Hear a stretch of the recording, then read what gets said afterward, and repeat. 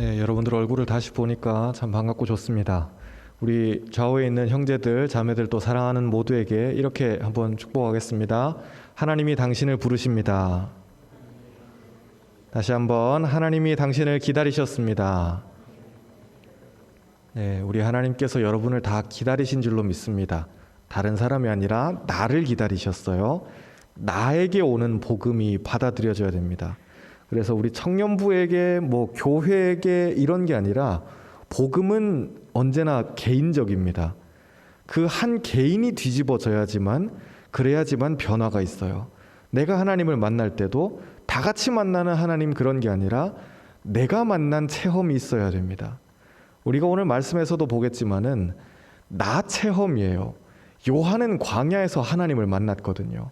그 광야에서 아무도 없는 그 광야에서 하나님을 만났을 때 요한에게 나타나셨던 그 하나님은 요한을 통해서 드러나십니다.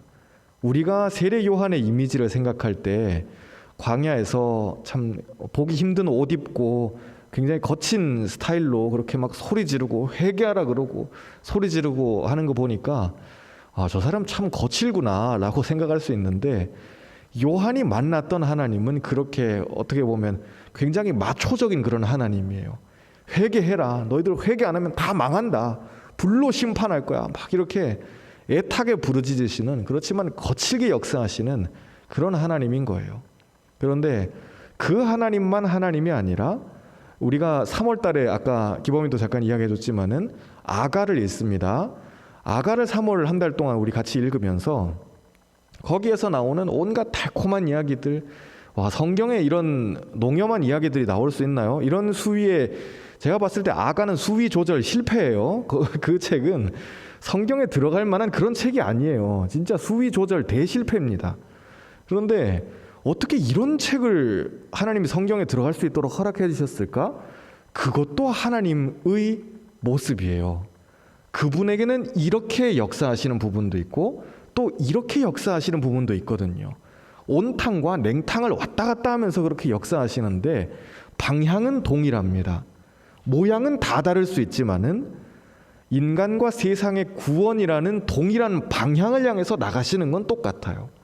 요한처럼 다 회개해야 된다. 너희들 다 도끼로 찍어낼 거야. 막 이런 거친 이야기 막 하고 광야에서 막 소리 지르고 메뚜기 뜯어먹고 살고 그러면서 밤새 기도하고 막 이랬던 요한이 있는가 하면은 아가의 메시지 같이 난 널 너무 사랑해.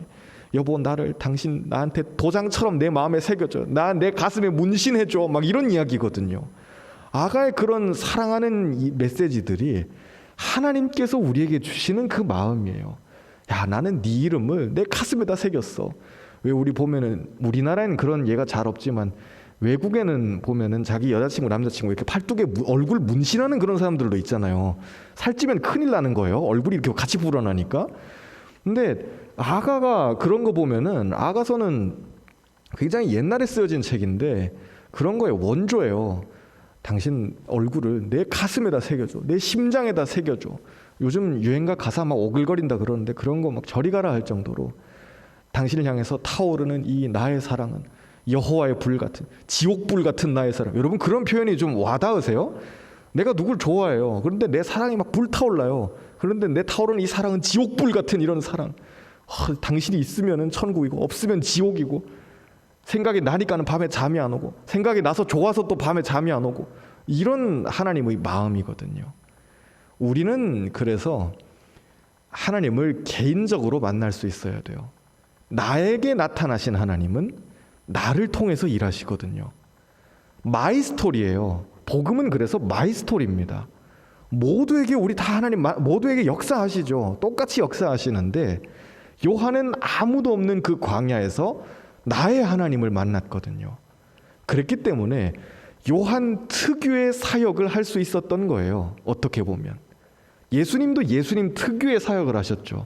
둘의 칼라는 달라요.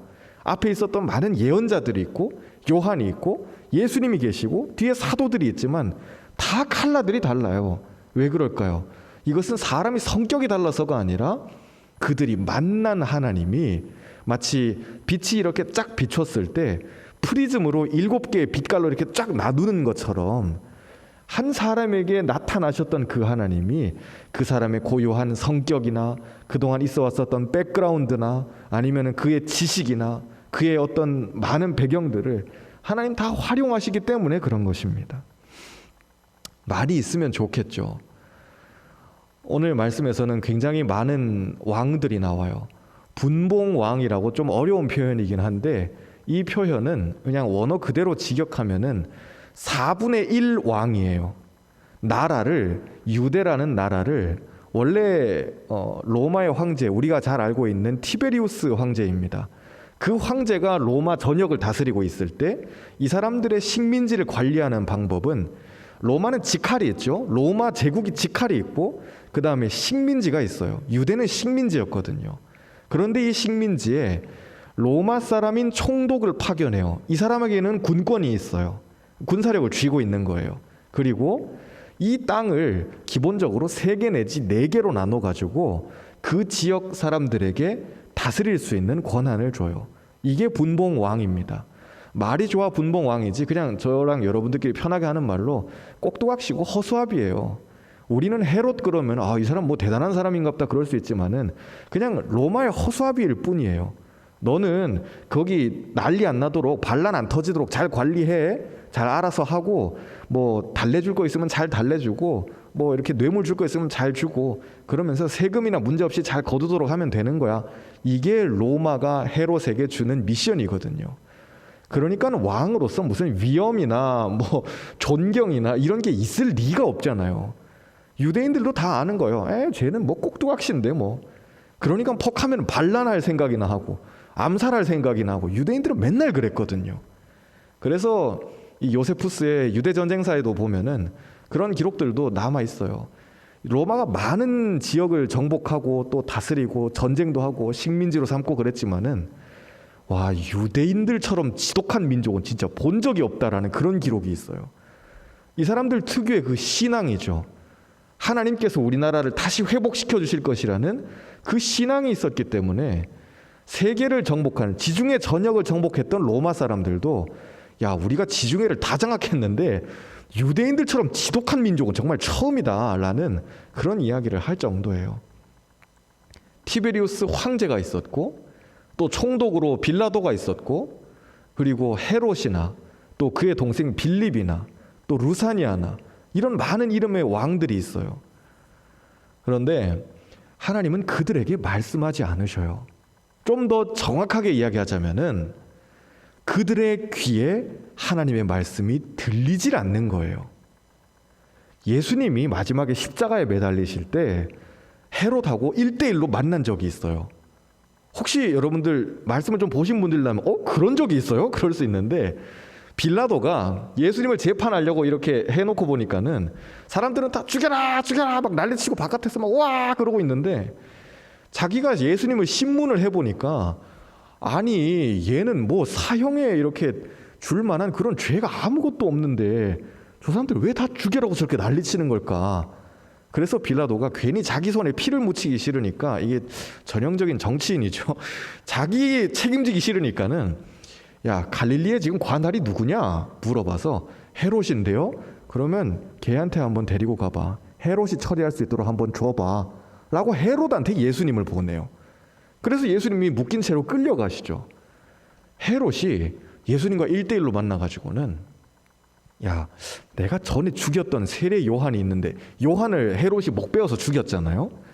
내가 전에 죽였던 요한이 있었는데 이 예수는 요한하고 생긴 것도 비슷하게 생기고, 뭐 사촌이니까 생긴 것도 비슷하게 생기고 능력도 많이 일으키고 죽은 사람도 살리고 어쩌고 저쩌고 막 기적도 많이 했다는데 너 그럼 내 앞에서 한번 해볼 수 있겠니? 헤롯이 그렇게 물어봐요.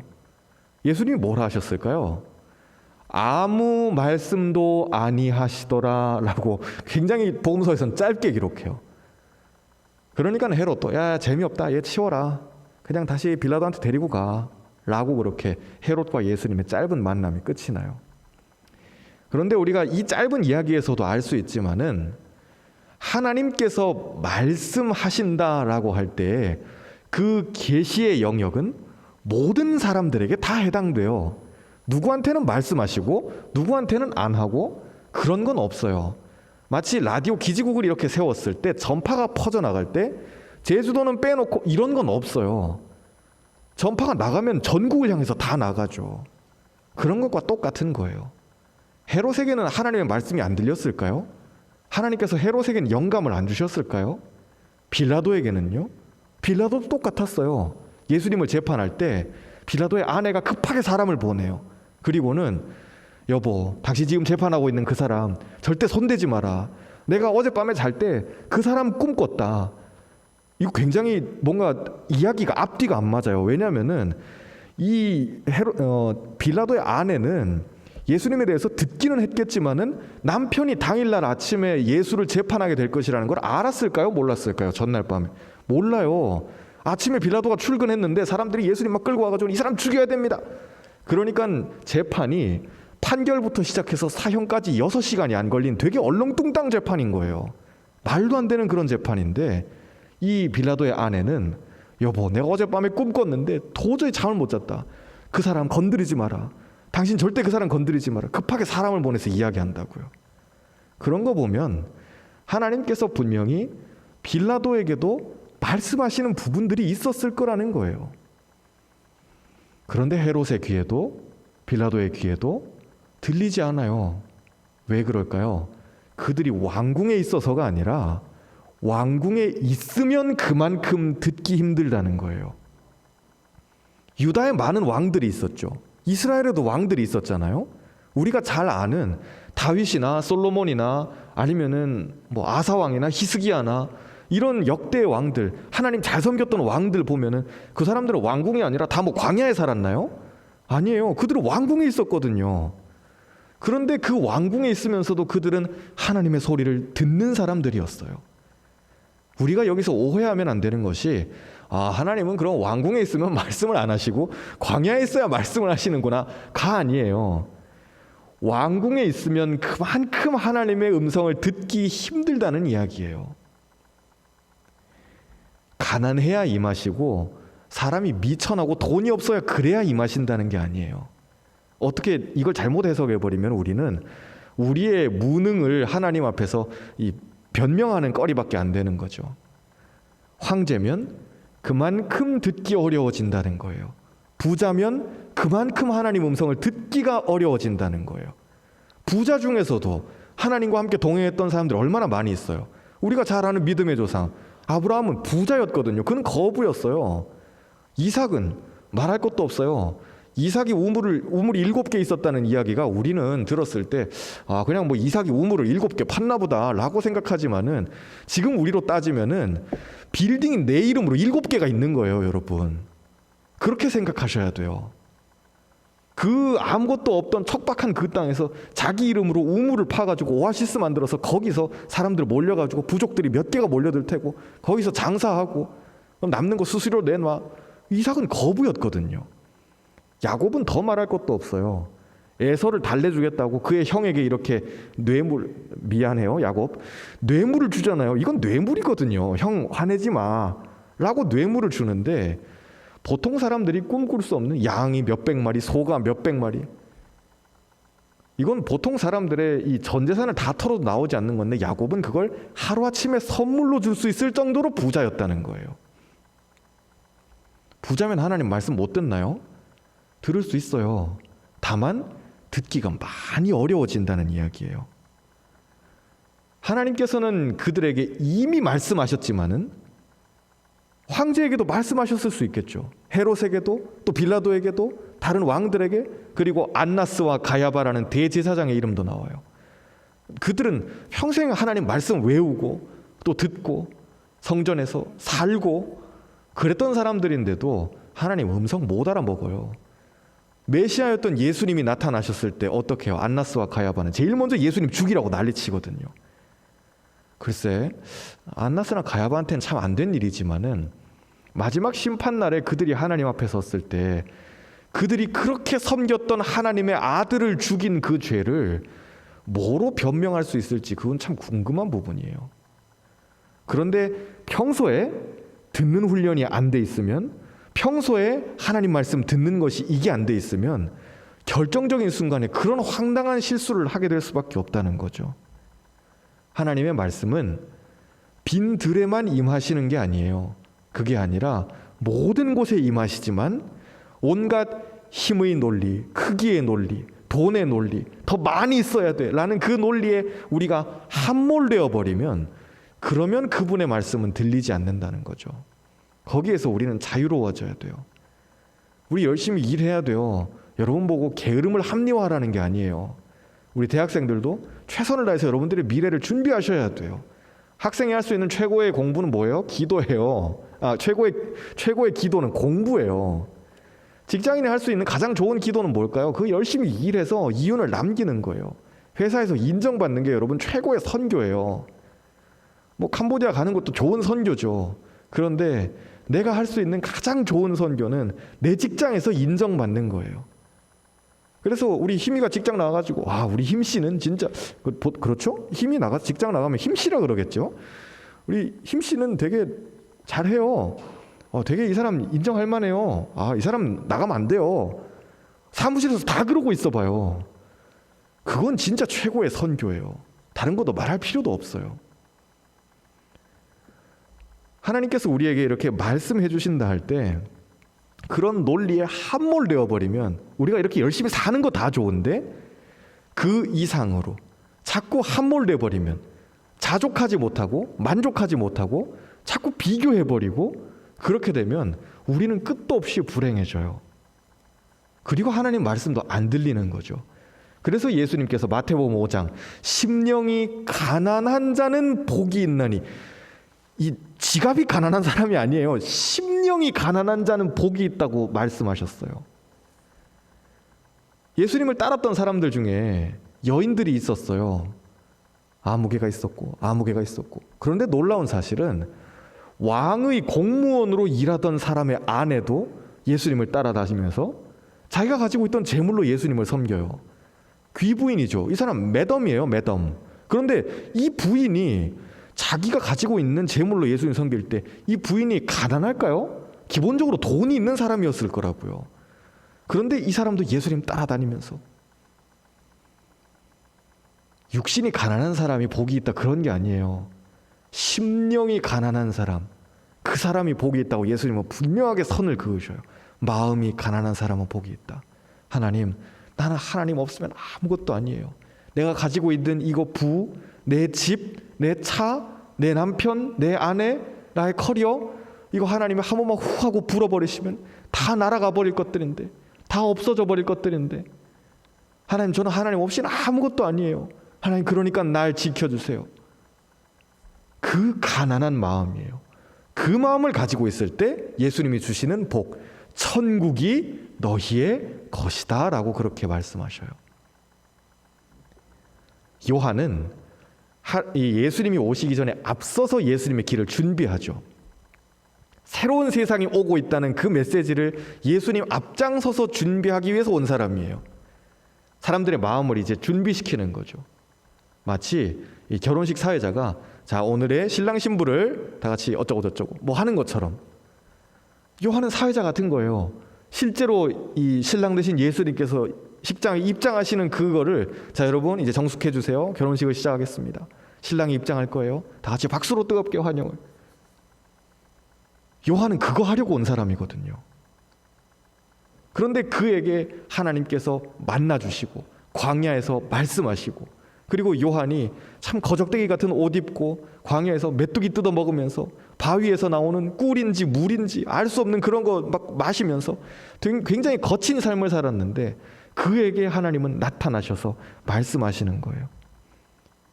모세도 광야에서 부름받아요. 모세는 왕자였잖아요. 그랬던 그에게 하나님은 왕궁에서 말씀하지 않으셔요. 광야에서 하나님은 나타나셔서 나는 곧 나다 라고 우리가 들었을 땐 되게 수수께끼 같은 되게 알쏭달쏭한 말씀인데, 야, 나야, 뭐 우리 친구들끼리 하는 그런 야, 나라고 이런 이야기하는 그런 것도 아니고, 나는 곧 나다 라고 말씀하시는 그 알 수 없는 말씀으로 나타나셔요. 그런데 모세는 그걸 한 방에 깨닫죠.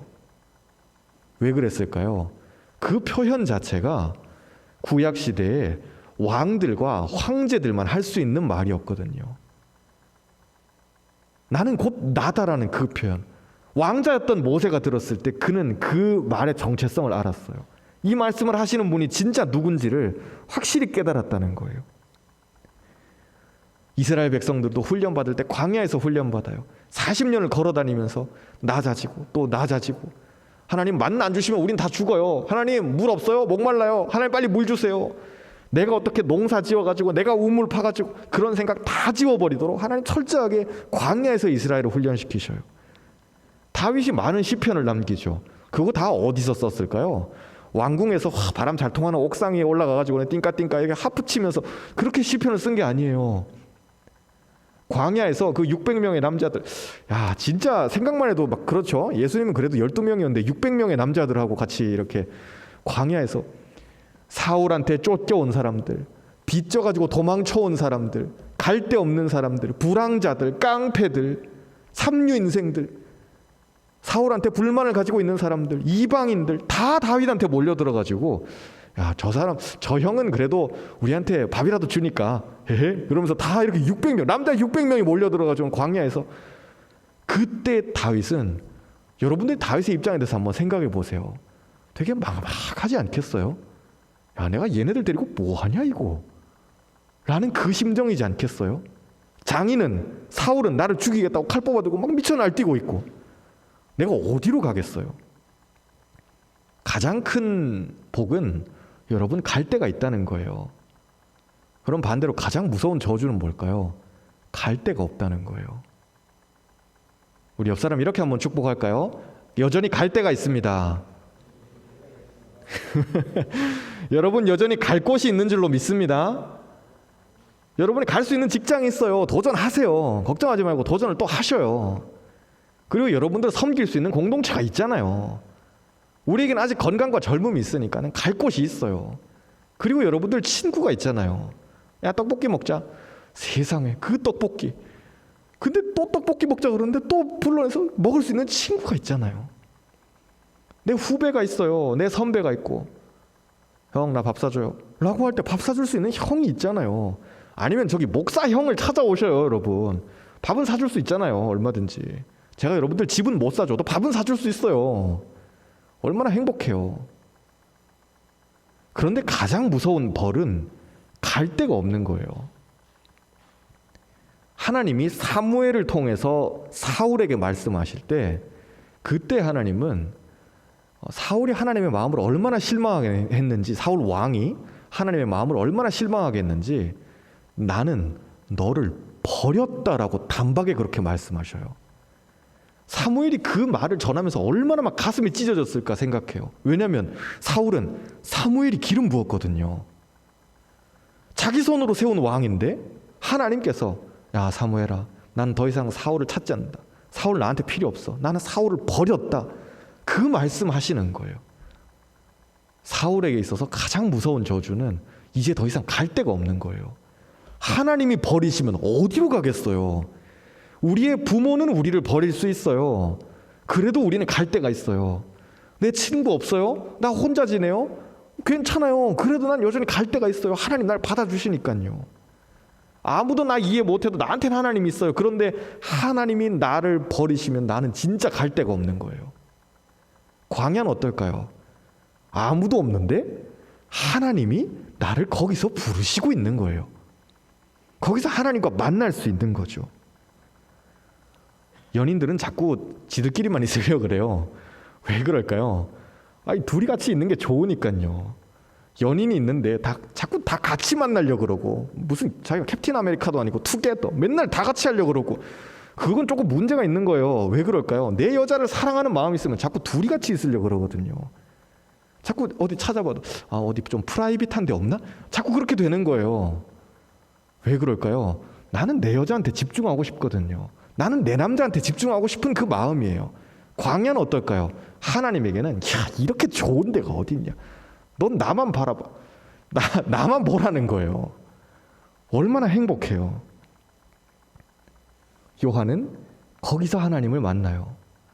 우리 다 왕궁을 추구할 수 있어요. 왕궁에 가는 게 나쁘다는 게 아니에요. 그런데 왕궁에 가면 그만큼 하나님 목소리를 듣기 어려워져요. 그리고 이미 하나님은 왕궁에 있는 사람들에게 많이 기회를 주셨어요. 안 주신 게 아니에요. 앞에 얘들을 한번 생각해 보세요. 왕궁에 있는 사람들에게 하나님 기회를 주셨지만 그들이 듣지 않는 거예요. 우리도 마찬가지. 왕궁에 있으면 그만큼 듣기 힘들어요. 사람들한테 둘러싸이면 그만큼 듣기 힘들어져요. 때로 우리는 혼자가 되어야 돼요. 여러분의 광야를 찾아가시라는 거예요. 거기서 하나님을 만나야지만 능력 있는 삶을 살 수가 있어요. 요한은 광야에서 외치는데 도시에서 사람들이 와요.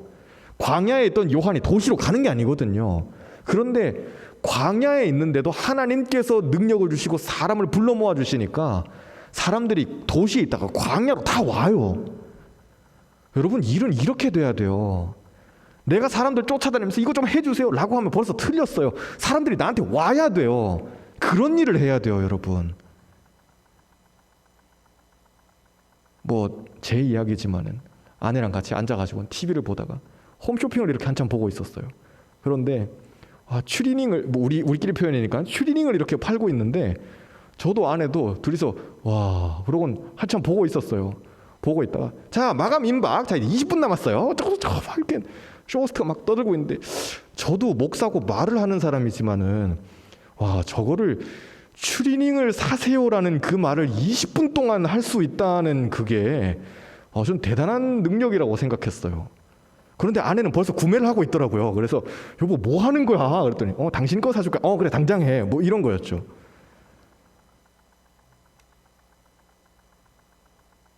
우리의 일은 그런 식이 돼야 돼요. 내가 찾아다니면서 이거 해주세요. 저거 해주세요. 아니에요. 예수님은 사람들 찾아다니지 않으셨어요. 능력 있는 하나님의 말씀이 여기 있으니까 사람들이 몰려들어요. 심지어 누가복음에서는 너무 많이 몰려들어서 사람들이 밟힐 만큼 되었다고 이야기해요. 요한복음에서도 수만 명이 몰려들었다고 이야기하고 예수님과 제자들이 식사할 겨를도 없이 사람들이 몰려들었다 그랬어요. 저는 여러분들의 하시는 일이, 생각하는 미래가 다 그렇게 사람들이 몰려드는 일이 되기를 바라요. 여러분에게 전화가 와야 돼요. 여러분이 전화를 하시면 안 돼요. 목사님 그런 일을 어떻게 해요? 하실 수 있어요. 자꾸 그걸 염두에 두고 일을 생각하시라는 거예요. 나한테 전화가 오는 미래, 나한테 사람들이 몰려드는 미래, 나한테 사람들이 예약을 받으려고 줄을 서는 미래, 그 미래를 염두에 두고 지금 하시고 있는 일을 계획하고 연습하고 수련하고 준비하고 그렇게 하셔야지. 그래야 그 미래에 다가갈 수가 있어요. 하나님의 사람은 그렇게 일하는 거예요. 찾아다니면서 구걸하는 게 아니라고요. 복음은 구걸이 아니에요. 나는 당당하게 내 자리에 서 있는 거예요. 광야인데요. 요한은 광야에 서 있어서 혼자 외치는데 그 자리가 수도가 되는 거예요. 수도로 가시라는 게 아니라, 왕궁으로 가시라는 이야기가 아니라, 내가 광야에 서 있는데 그 광야가 왕궁이 되는 체험을 하는 거예요. 그게 복음의 능력이에요. 그게 진짜 잘 되는 사람이에요. 요한은 회개하라고 그렇게 이야기하죠. 새로운 세상이 이렇게 오고 있다. 너희들 다 회개해야 된다. 하나님께로 돌아와야 된다. 세례받아야 된다. 라고 그렇게 이야기하잖아요. 예수님께서도 오셔서 대비하시면서 설교하시죠. 회개하라, 천국이 가까이 왔느니라. 하나님의 나라가 이제 가까이 왔다. 새로운 세상이 오고 있다. 너희들 다 회개해야 된다. 아니 천국이 오는 건 좋은 건데 왜 우리가 회개를 해야 되죠? 그 나라에 들어가려면 회개해야 되기 때문에 그런 거예요. 오늘 우리가 읽었던 말씀의 5절과 6절에 보면은 이사야의 말씀을 인용했어요. 하나님이 오셔요. 그런데 모든 굽어 있는 것이 마치 이렇게 삐딱하게 굽어 있는 이런 것들이 하나님이 오셨을 때 굽은 것들이 바로 펴져요. 그리고 하나님을 대적해서 높아져 있던 모든 산들이 하나님 앞에서 쫙 낮아지는 거예요.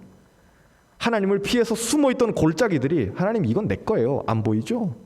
라고 했던 모든 것들이 그분 앞에서 다 드러나는 거예요. 저는 이 말씀을 보면서 굉장히 흥분을 느꼈어요. 내 안에 있는 하나님을 대적해서 숨어있는 나도 고치지 못하는 이런 숨어있는 것들, 나의 죄, 나의 위선, 그럴듯해 보이는 그런 것들, 오늘 지호의 기도를 들으면서도 많이 은혜를 받았어요. 참 고맙습니다. 여러분들은 잘 모르시겠죠? 이제 이 말씀만 하고 마치려 해요. 여러분들 잘 모르실 거예요. 여러분들이 지금 얼마나 이렇게 성장하고 있는지를 잘 감이 안 오실 거예요. 내 몸이 내가 크고 있는지 잘 모르거든요. 그런데 저는 봤을 때 보여요. 아, 여러분들 진짜 굉장히 많이 이렇게 성장하고 있다는 게 느껴져요. 기도 하나를 해도, 찬양을 하나 불러도, 모임을 하나 해도, 말을 하나 하더라도, 나눔을 할 때도, 어떤 피드백이 저한테 돌아오는 것도 질이 많이 틀려졌어요, 여러분. 정말 여러분 많이 달라지고 있어요. 저는 그래서 감사해요. 반대로 좀 되게 나만 제자리인 것 같은데? 라는 그런 느낌이 들어요. 목사만 빼고 다 성장하고 있는 아주 희한한 공동체예요. 다 좋아요, 여러분. 지금 아주 잘하시고 있어요. 또 오늘 마치고 찬양팀 인터뷰도 한다 그러는데 되게 으쓱해요. 야, 우리는 찬양팀 들어오려고 인터뷰도 해. 뭐 이런 이야기를 할 수 있다는 게 얼마나 행복해요. 여러분들 마음 모두가 광야를 찾아가시기를 바래요. 그 하나님을 만날 때 우리는 잘할 수 있어요. 그 하나님을 만날 때 우리는 요한처럼 능력 있고 영향력 있는 삶을 살 수 있는 거예요. 잘 기억하셔야 돼요. 요한에게 사람들이 몰려온다 그래서 그게 요한의 어떤 자기가 잘 먹고 잘 살고의 해피엔딩으로 끝나는 게 아니에요. 여러분들 요한의 엔딩을 아시잖아요. 어떻게 됐는지 잘 모르는 분들이 있으면 아는 분들이 좀 알려주세요. 요한이 말년에 어떻게 됐는지. 요한의 인생은 해피엔딩이 아니에요. 그런데 그는 광야에 혼자 이렇게 서 있는데도 정말 멋있게 하나님께 쓰임받는 거예요. 자기가 쫓아다니면서 막 뭐 뿌리고 그러지 않았는데 사람들이 다 몰려와가지고는 그를 통해서 역사하시는 하나님을 만나고 사람들 다 회개하고 요한 앞에서 다 세례받고 그리고 예수님 오실 길을 세팅을 쫙 이렇게 멋있게 해놓는 거죠.